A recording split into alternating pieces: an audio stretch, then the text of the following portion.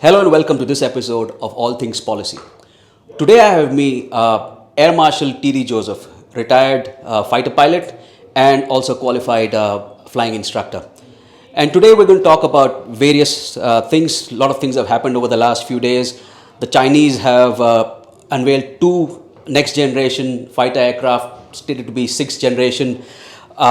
We've had the Indian Air Force chief make certain comments about the preparedness of the Air Force, and there are various other things that have been going around as to how India can prepare itself, develop a military industrial base in India which is indigenous, where it has control over what India manufactures and serves the armed forces to its fullest requirements. And there are a lot of problems that are known, things that plague the procurement policies, the long development cycles, the long timelines that are there to deliver products. So, but today we're going to talk with Air Marshal about what are the things that can practically be done. Some solutions which are easily possible, something that would require maybe say political will, and something where will require the hammer approach. So we'll take it with Air Marshal Joseph. So welcome to All Things Policy today. Hello, Yusuf. Thank you. Thank you for calling me here to discuss the matter with you. I'm no expert. Having been a practitioner, I would be able to contribute. That's a great. Let's dive in straight away. Recently, the Chinese unveiled two fighter aircrafts. All right, sixth generation. They're said to be sixth generation. People are disputing what can be a generational.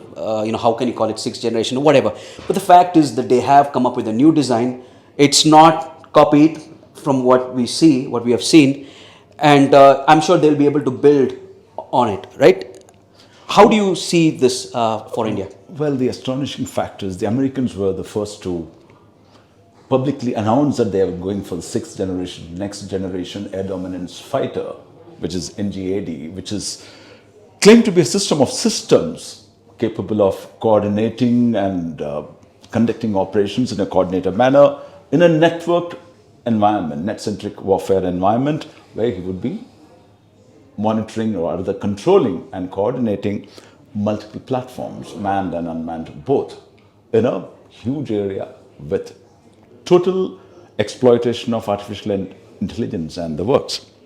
But what the Chinese have actually done is they have not only beaten the Americans to publicly displaying a sixth generation fighter, not one, but two of them. So some analysts say that the world's first and second sixth generation fighters have been demonstrated by the Chinese. Gives them the bragging right. It gives them the bragging right, absolutely. And to put the matter in the context, remember the 70s, China and India were considered to be somewhat at par. Maybe, in fact, India was possibly considered to have more technologically advanced air warfare systems. Because we had imported stuff from Europe. Yes, that is not the case with China. And see where we are today. That's something that we need to discuss. And how do we catch it? What do we need to do? So we'll just get it from there. So here is the situation. We have a northern adversary, which is not only technologically ahead, maybe by two generations as of now, in terms of its capabilities. I mean, sixth generation fighter is not yet in service, but they do have a lot of fifth generation fighters. So at least in terms of operational readiness, they are one generation ahead. Not only that, they have huge numbers. I mean, they have J-20s, fifth generation. They already have about 300 of those. They plan to have about 1,000 by the end of this decade. So that's a huge numbers as well as technological leap over India. So, and not only that, they have a lot of other equipment. They have the force multipliers, the airborne early warning systems, the radar, and a lot of missiles, a lot of precision guided stuff, right? So given this, what are India's options? How do we defend ourselves? If things were to go wrong, or forget going wrong, how would we convey to China that, dare not try this because we have this, and we send that message across? What are the things that India can do to deter? Well, that's an interesting question, because till a decade ago, let's say, we still had certain advantages. We could talk about the advantages that India has from the fact that we operate from much lower elevations, and therefore we have capabilities to launch much heavier weight of attack across the border, as against the PLA Air Force operating from, say, let's say, the Tibetan high altitude Tibetan airfields, where the capabilities and the payloads are much limited. Therefore, we claim to have an advantage. We certainly may have and still would have advantage in terms of our training and the quality of our training and the combat capabilities because of the sheer exposure that we've had with the other air forces, the best air forces in the world. Okay, that makes a lot of difference. Sure. The Chinese possibly haven't had that. Sure. But you cannot write off the fact that in terms of various systems, not just the aeroplanes, the air defense systems, the ground-based air defense systems, including the sensors and the surface-to-air missile systems, in terms of the electronic warfare capabilities, in terms of their, as you mentioned, in terms of their AVACs and other systems. They are space and cyber warfare. Space and cyber warfare. Couple it with what they're doing in the seas, in terms of the aircraft carriers and the submarines and various other systems that they're bringing in. It's a huge, rapidly widening gap that we are seeing with respect to China. So can you do anything with it at the moment? Well, we go back to the answer. We will fight with the standard cliche. We will fight with what we have. Well, obviously, that's all what we can do if something is to happen today. But it's time that we face this challenge, face it head on, plan for it, and go in a kind of a mission mode approach to kind of neutralize it, or at least stop the rate at which the gap is increasing. Arrest it, and thereafter try to. Can you in the interim, right? I mean, we barely stave off a war, I guess, after what happened in 2020. Mm-hmm. So probably Indian thinking would be that we need to kind of hold on, prevent a conflict for, say, at least another 4 or 5 years, if at all there was a possibility of conflict. And a lot of people see that there is a possibility that there will be a conflict with China, because it's the rising power, or probably already a risen power. It is now trying to show its influence around. It has its target in Taiwan, like it claims the territory and it wants it, right? And there it's shouting about it every day. So India could be possibly target of a war where it would like to kind of exert it, show its dominance in this region, and then everything else will just fall, because if they are able to get India to fall, then everything else will fall as well, because India is probably the only large power in this region which China would be wary of. So, with this technological gap, that increases the possibility that they would feel kind of, that they have that upper hand, which would probably, get them into a misadventure.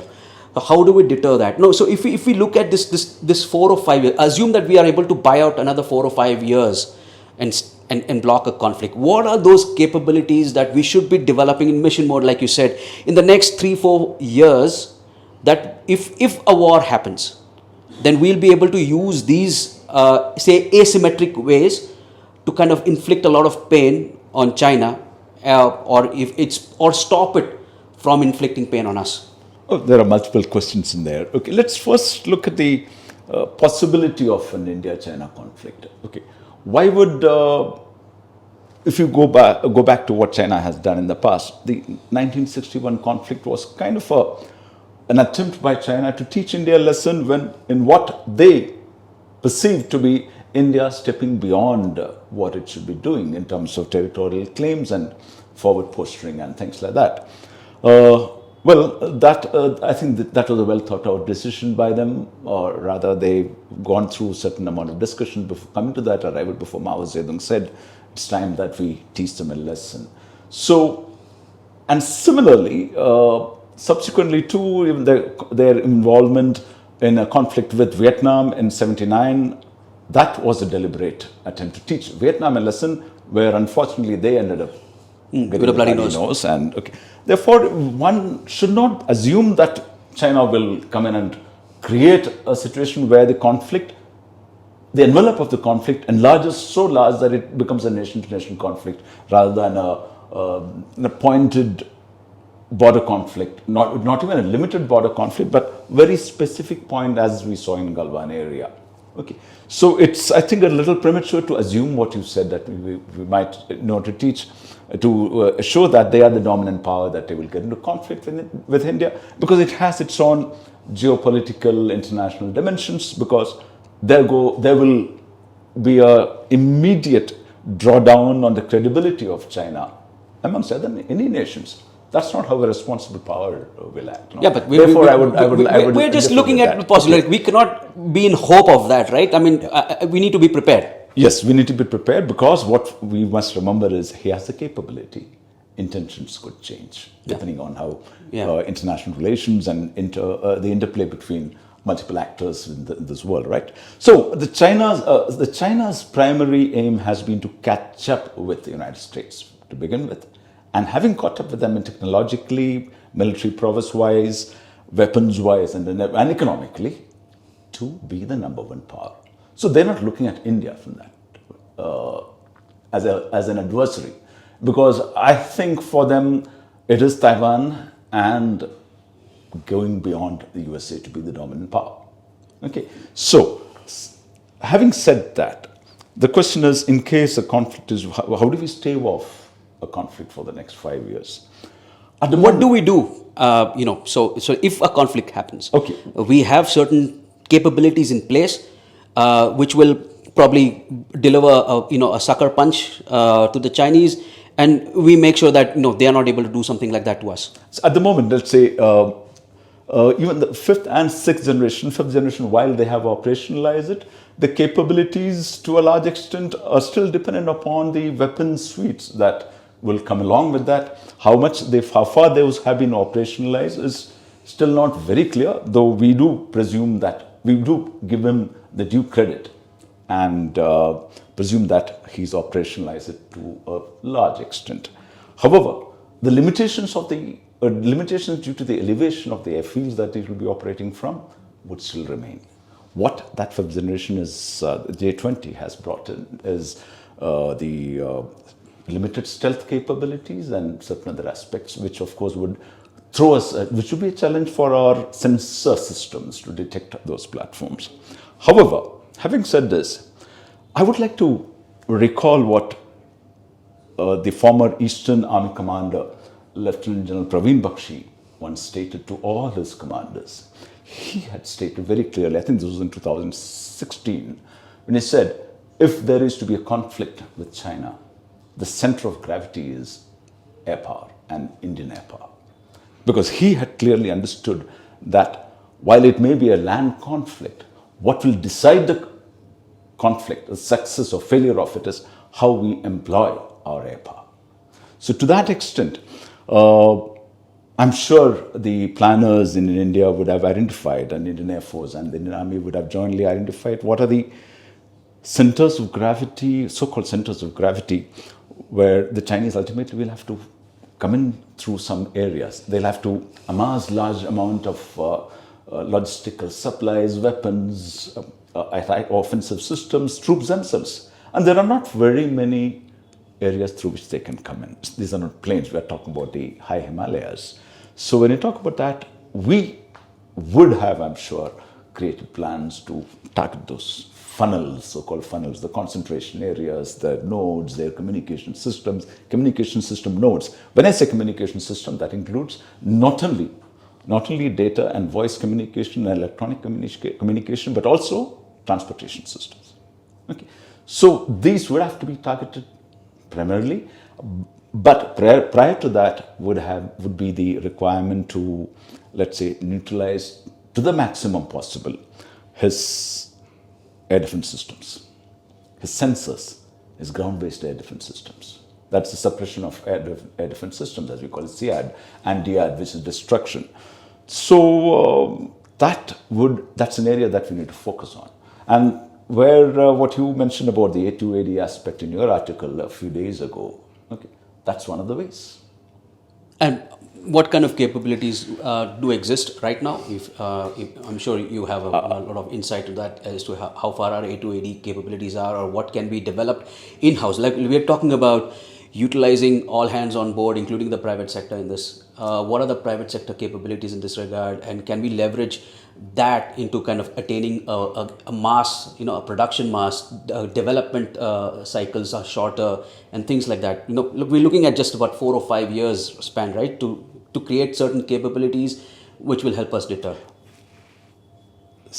I think I would need to give a rather negative sentiment here, because if you notice, we have had a steep drawdown in our aircraft resources, fighter resources, especially from what in the 80s, when I joined the Indian Air Force, we were at full 42 squadron, nearly 42 squadron strength.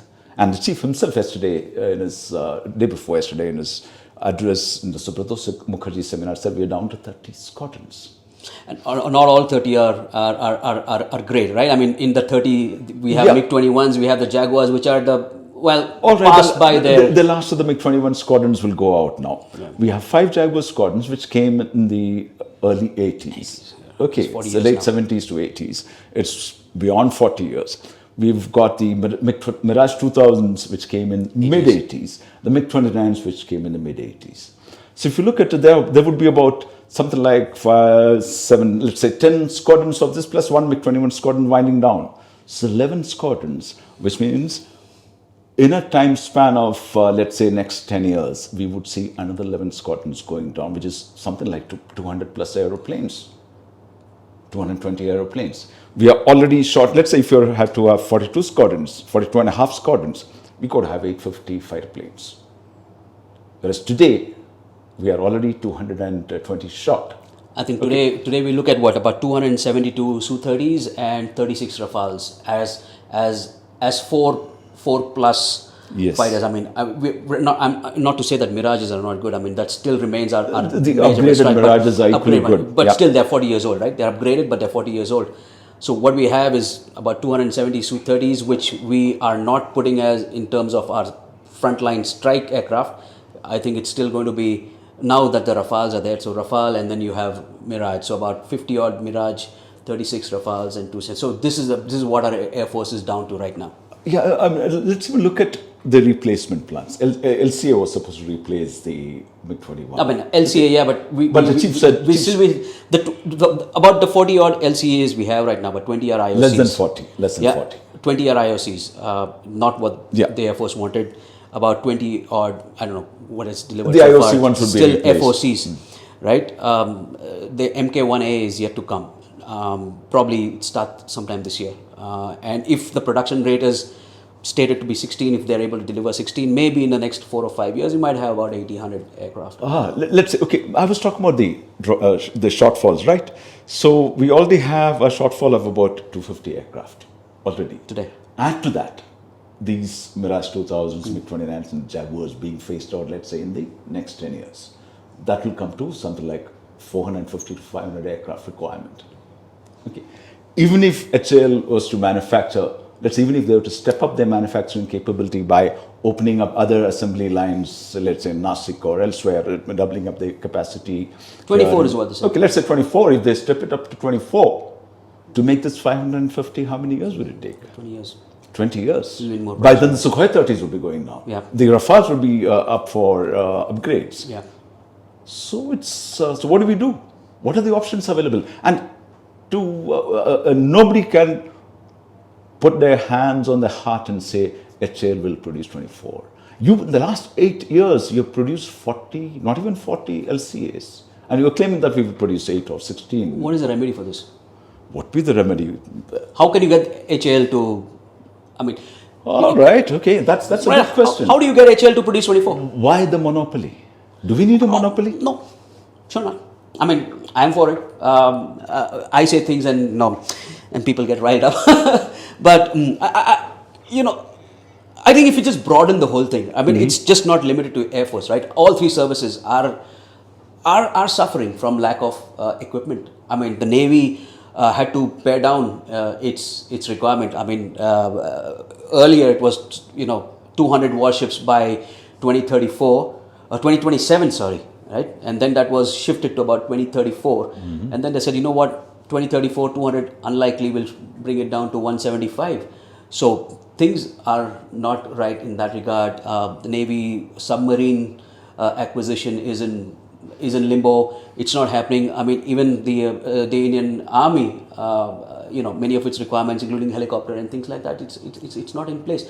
So, and here we have the complete monopoly from research and development to production with the government companies. So DRDO, DPSUs, and they have failed in many regards in terms of coming up with timely new products. Deliverables have never been on time.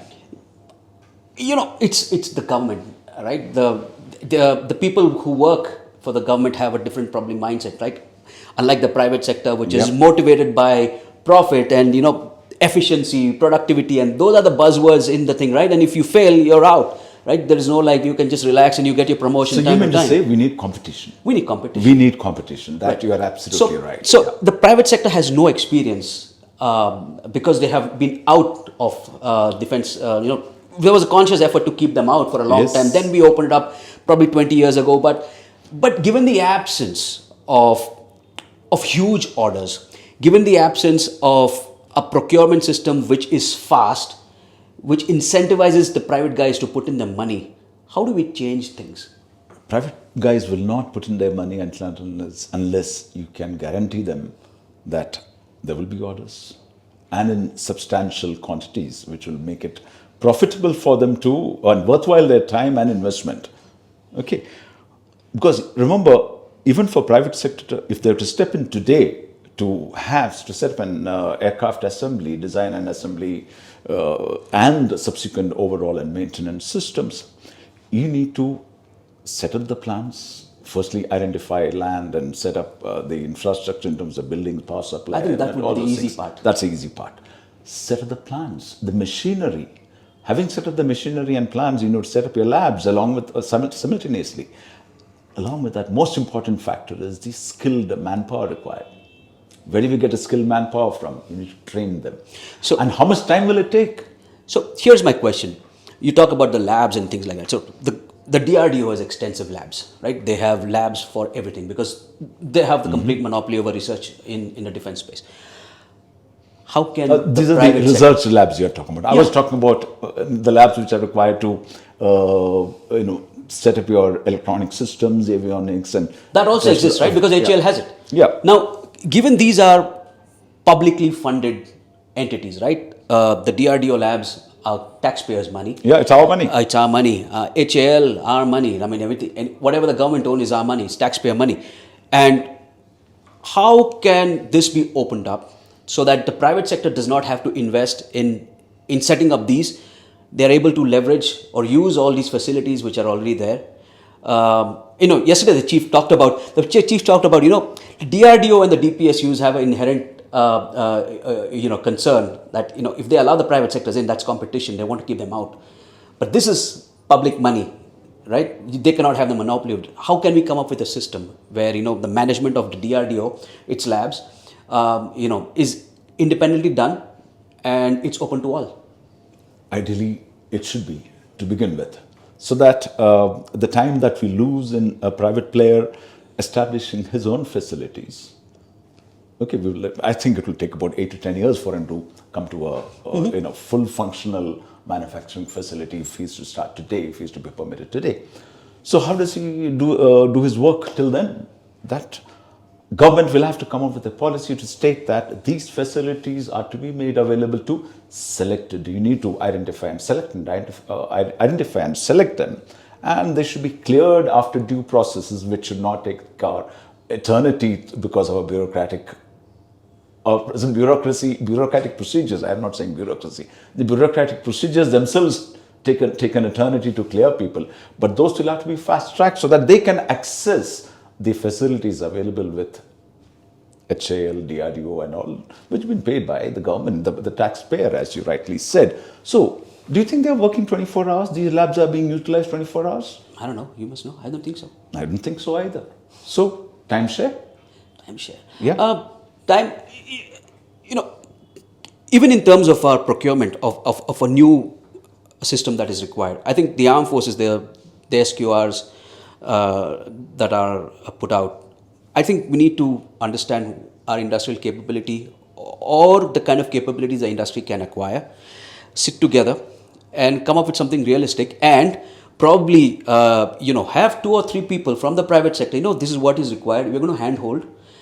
Here is the money. So R&D budget which comes out, which goes entirely to our DRDO. Maybe you start to put some development money into these private entities with certain timelines. They're allowed to fail, but then these are the things that have to be done. But allow these private entities to thrive, create that competition between them and with the DPSUs, and see how it goes from there. If we don't have these parallel facilities, we will always, probably we'll have the same conversation 20 years from now. Yeah, if you look at the success stories across the world, many of them have failed and then risen from there. When they fail, they haven't thrown it out of the window. They have utilized the knowledge that they gained from that research, that development aspects, into utilizing it in the next iteration of the same process, or somebody else who's used it. So, unfortunately, as a society, as many people have pointed out, we are risk averse. We tend to be afraid of failure. We tend not to accept failures. Therefore, we look at low-hanging fruits. Okay, that's easiest to achieve. Let's do that. When will we encourage our IITs and NITs and the IISCs and other research labs with good thinking minds, brilliant scientists, to give them the freedom? Okay, you don't worry about money. You go ahead and research and come out with solutions to us. We will not penalize you if you fail, because from failure comes, as somebody said, fail is first attempt in learning. I read it somewhere recently in a quote. I think Dr. APJ Abdul Kalam. Yes, that's correct. I read it. Okay, it's a first attempt in learning. So let failures happen. So this is what the chief said yes. a couple of days ago. Absolutely. Where he said, there should be no fear of failure. Fail, learn, come back. But then with limited resources, again, the other side will come back and say, those are the naysayers. We don't have the luxury of money and things like that. But we are the third largest economy. We claim ourselves to be the third largest or fourth largest armed forces in the world. Then if you want to, and we talk about security of the nation, it's a security of the people, security of food security, economic security, and physical security, which will be provided externally by the armed forces. If you feel there are such a not so friendly environment around you, you need to cater for it. And we buy the third foreign largest economy. If you have the third largest economy, I'm sure you should be able to spare some. We buy foreign. We fund their R&D. Absolutely. Right. We spent some $10 billion in acquiring 36 aircraft. Those guys are happy because they're going to fund the next generation of their aircraft. Right. But having said that, I don't think we have any other way today to bridge this huge gap in the strengths of not only our fighter aeroplanes, but also look at the shortfalls in the airborne warning and control systems, the AWACS and AEW and C. We were planned to be possibly about 15 or 20 by now, but we still have only 6. Or the air-to-air refueling systems, once again, we are stuck at where we were a decade plus ago. If you are looking at being a power that is capable of coming to assistance. This is more of a decision problem, right, sir? It's not a capability problem. Look, we're not going to build a refueler in India. I mean, it's going to be imported, right? It's going to be the American or European, Airbus or Boeing, right? There is no other way around this one. Take the decision. It's a decision problem. Yes. So it's more about how decision making is done in India, how quickly it is done. With this tanker, I think last time it's been scrapped 3 times. Mm-hmm. Okay, I would not like to go into the past to say why those things. There were, we went through a certain phase where any minor accusations of perceived, let's say, bribe, there was straight away a deal was stopped, and inquiries were. I think this was not even a case of bribes. Yeah. It's just that so this is just okay, or let's consider this aspect. Okay, I have heard. It's not an authentic information, but then through a friend of mine, who was intimately dealing with a system. I would name the system for being politically right. Aircraft system, who was a contender for the MMRCA, who said, "I am willing to transfer my entire plant to India and set it up in India, and do the R&D, do the design, development and production, and even possibly manufacture and export from here. It's going to be Indian because he had very limited customers being from a small nation. Well, that class of aircraft today, if suppose today, I'm sure even today they would be willing to do that. There were two contenders that way. Both were single engines. Both were willing to do that. I'm not going to that. But even today they would be willing to do that, I'm sure. But what would be the response of, let's say, our established players of manufacturing single engine fighters? They would straight away say, oh, this is the same class as the LCA. We will provide you more LCAs. Without educating others that this platform is possibly much more advanced. And if it's an open architecture, which I'm sure if it's an open architecture platform, this open architecture design, it will help us to incorporate whatever we want to, our own indigenous systems. So that's one way of taking it further ahead. Along with that, in order to address this elephant in the room, which China and the gap between Chinese Air Force and us, PLA Air Force and us, in terms of the numbers and quality, I think we have to urgently resort to certain amount of direct purchases. Okay, do we go through the MMRCA process, which is so long-winded? It took us a decade plus, and allegations and other counter allegations. Why not go government to government? Even if you were to think of that time, right? I mean, even if we go for an import, if those systems are not coming in a hurry, and they're unlikely to come in a hurry, should we be going for an import system? Like, assume, and I wrote an article on this one, right? So if we have decided to import a foreign fighter, right? I would say, all right, go ahead. If you have the money, Rafale, right? If you have $20 billion, that would be a logical step, right? because we already have it. Now, the requirements were 110 fighters. I don't think Dassault is in any position to deliver 110 in, say, like 5 years. If they're going to deliver, say, the first jet might come after 3 or 4 years, and the entire 110 would be delivered, say, in 10 or 15 years, it still doesn't serve a purpose. I think maybe it may take 10 years. It will take more. The production rate. If you don't take that step. No, the production rate of Rafale is about 12. All right, and their order books are full. They have about 200 on order, and their production rate is 12. Even if they ramp it up like 16 or 24, still they have 200 jets already on order. And you add another 110, even if it's to be manufactured in India, the supply lines, by the time they ramp it up, it's going to take a long time. It's not going to. So why not more LCAs? In the sense, you put up another, why not a Mk1B model? Why hasn't the armed forces talk about what further capabilities it wants, on the LCA, and see if it can come, especially in terms of some of the electronics, the avionics, which can incorporate the latest stuff, something which has already been worked on for the AMCA, right? Why can't we just put that? And my other question, do we even need the MK2? Let's keep one question at a time, because it will become too much. We may not end up answering either. Okay, so the Indian Air Force would have, and I'm sure they have, given the further upgrades required in the LCA. To begin with, one would expect it to be more powerful and things like that. Okay. That is the MK2 model. The MK2 as far as the powerful is the engine, right? So that is the MK2. Okay. Plus the avionics, and because in the sphere of air warfare, aerospace warfare, technology is evolving ever and ever. So we need to keep upgrading systems. Okay, we have a basic system. In fact, ASQRs should specify, okay, as of now, this is what we would like to go for, and specify a timeline.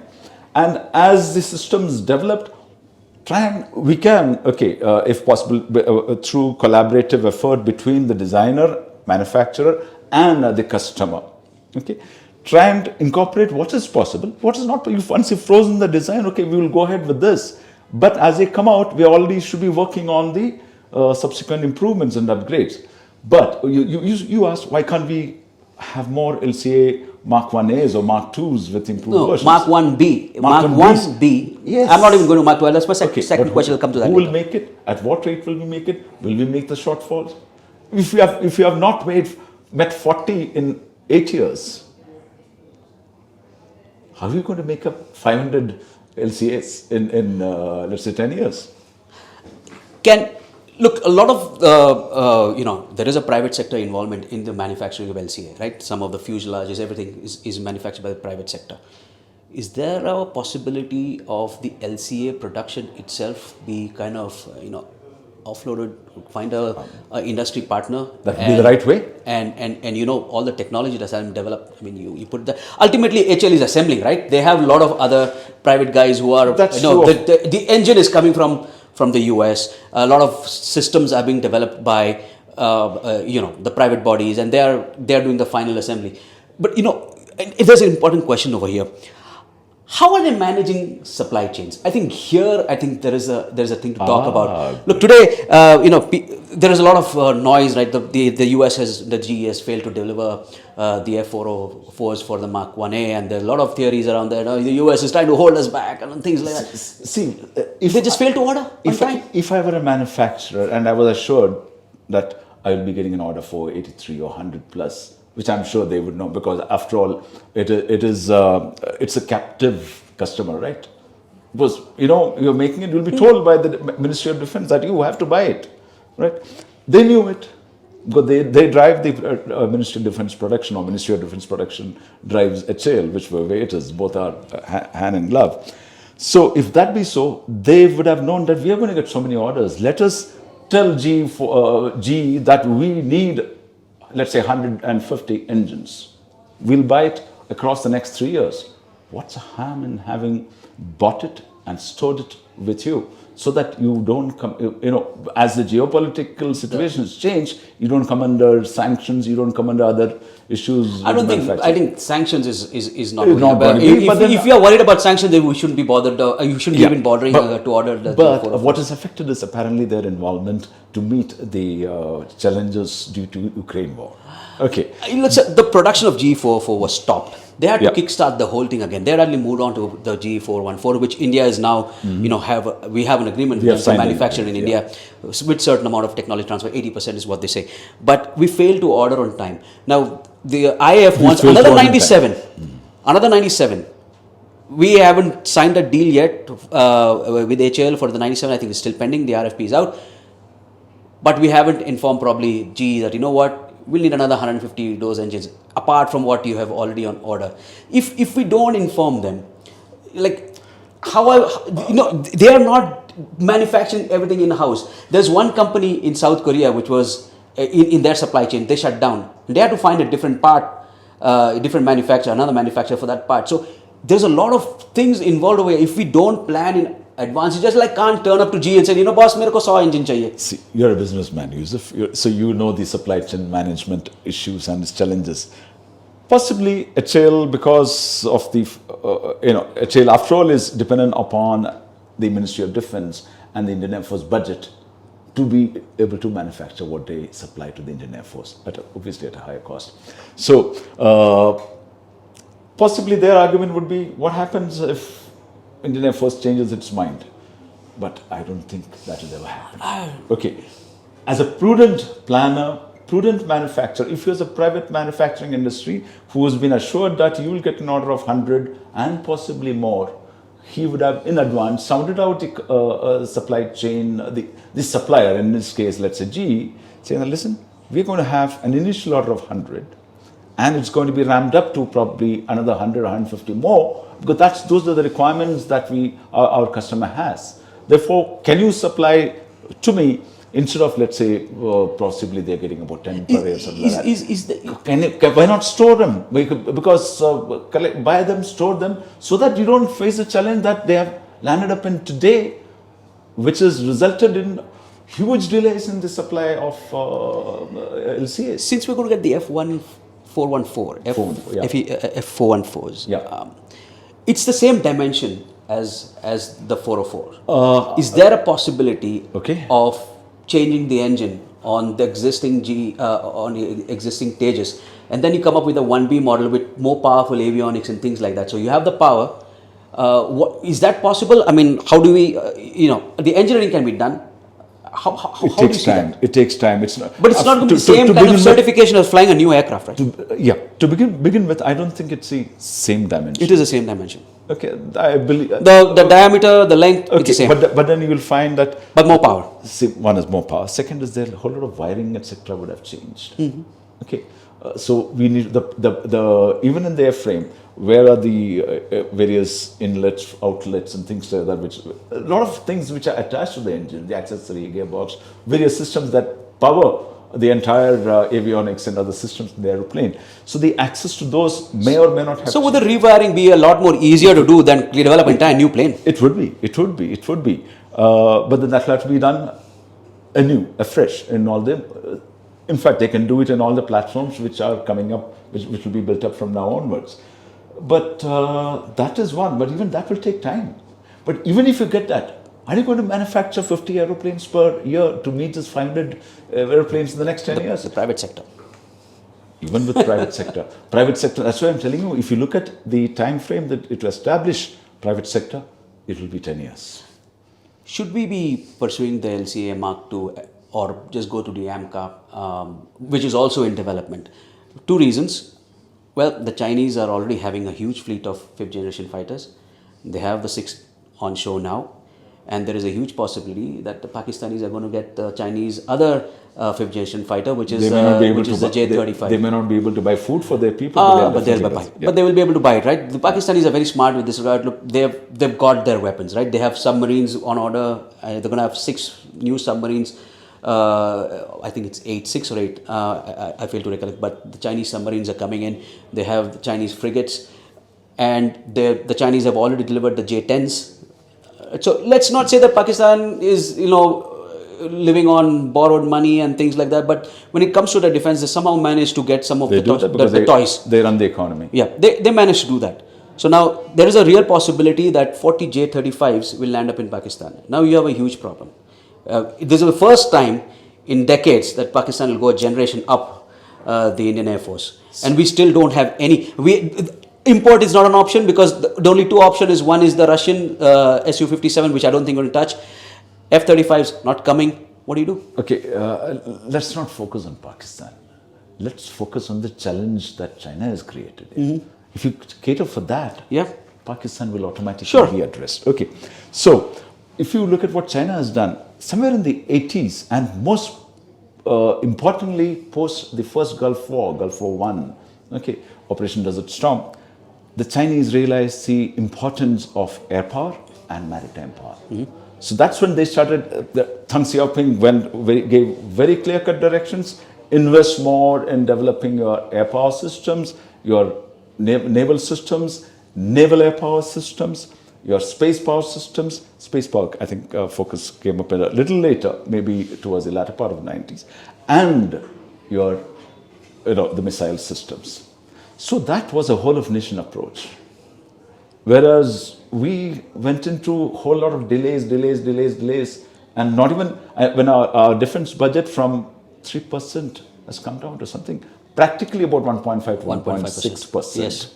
Yeah. If we remove the defense pensions out, it's if you do this, if that's the kind of investment that you're doing, obviously your forces are going to be drawn down. We will just wrap this up, but I think we are at an inflection point. What are the things that can be, basically going to kick on the backside kind of a thing, where you just have to do it. Like it's now or never. What are the things that we do and which are possible? They're not out of the ordinary. It's not like some capability doesn't exist or, it's out of, it's like you're daydreaming. But things that are possible requires political will, something which requires change in our approach and basically just doing things differently. Like a disruptive technology, like a lot of disruption happens in the civilian market, right? A lot of people come with new technology to break the things, how things have been working. We saw with the digital stuff, right? What do you do? I think a multi-pronged, fast-track, whole-nation approach and a governmental drive, to accelerate the existing production rates, to talk to American government, whomever you need to try and get all the necessary supply chain and the resources required into our country so that the manufacturing process keeps pace with the requirements. In fact, accelerate the level of manufacturing of the existing systems. Parallelly, give a firm commitment to our next generation. Like apparently we've been developing manned and man teaming systems, and that's sixth generation. Let us parallelly invest we need greater level of investment with greater participation by private players. The IITs, I mean, we have brilliant minds, but we do not have necessary skill levels. So we need to, there are multiple things that we need to parallelly develop. Skilling of people, investment in money, investment in R&D, accelerating the process of manufacturing systems, not just aeroplanes, electronic warfare. We are woefully inadequate in that. Okay, our capability enhancers, or by way of airborne surveillance systems, airborne electronic warfare systems, space systems for ISR, okay, and cyber. Okay, we need to, like I think last month in the Bangalore Security Dialogue, we spoke about the necessity to actually, let's say we are going to increase the defense budget from 1.5 to 3% next year and 4% in another like a surge, years. like a surge. A surge. Yeah. That's the only way I think we can afford to, or rather we can manage to slowly. The results will still take many years to fructify. Okay, so it's a whole of nation approach, a determined approach. Look at the reality on face, say that we are way behind. We are way behind. We need to catch up with it. If you have to catch up with it, we need to invest, we need to train, and we need to be focused. All right, sir. Thanks. After having prioritized. Thank you so much. I think there is a lot to talk. I'm probably go on for a couple of hours. It'll But take what we're going to do is probably come up with another topic and dissect in proper more detail. Yes. I think that would be for a future broadcast. Thank you so much, Marshal. Appreciate. Thank you, Yusuf. Appreciate time. Thank you, so much. and happy success in your business. Thank you, sir.